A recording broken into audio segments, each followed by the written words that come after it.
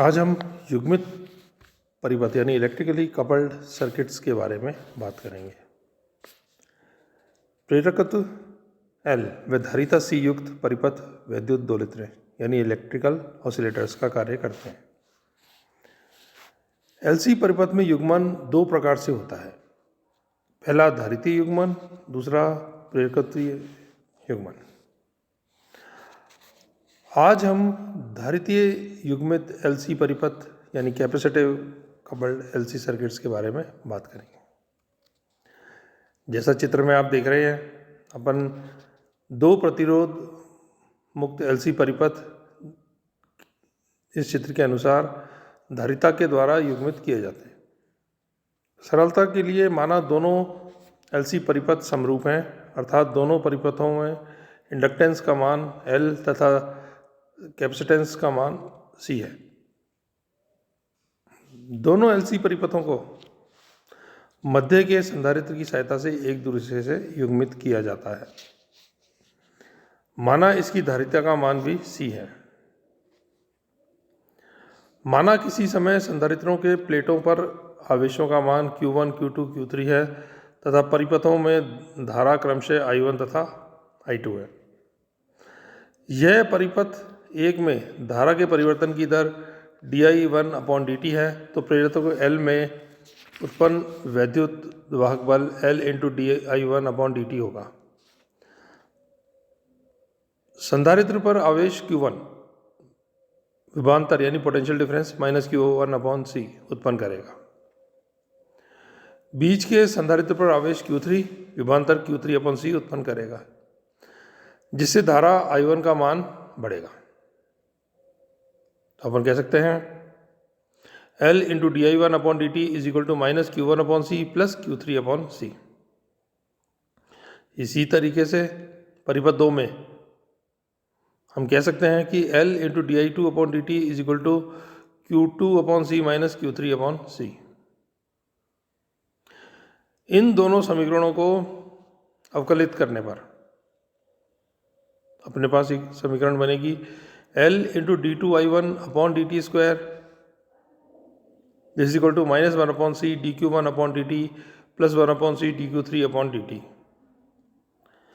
तथा L × d2i2/dt² = 1/C dq2/dt - 1/C dq3/dt। परंतु अपन जानते हैं dq1/dt = I1 and dq2/dt = -I2 and dq3/dt = I2 - I1।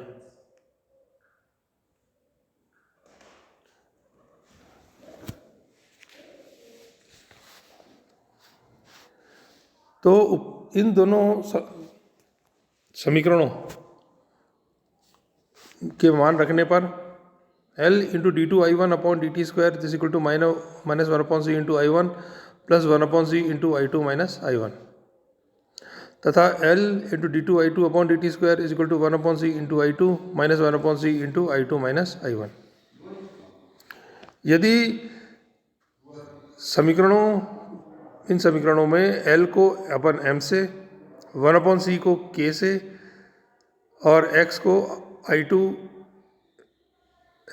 तथा I2 को Y से प्रतिस्थापित करें तो समीकरण दो युग्मित यांत्रिकी दोलकों यानी टू कपल्ड मैकेनिकल ऑसिलेटर्स के समीकरण के समरूप होंगे। इसकी दो सामान्य विधाएं होंगी। प्रथम विधा के लिए I2 = I1 लेने पर d2i1/dt² = -I1/C या L × d2i1/dt² + I1/C = 0। इस समीकरण का सामान्य हल होगा I = A × cos ω1t + φ1। यहाँ प्रथम सामान्य विधा की कोणीय आवृत्ति ω1 = 1/√LC।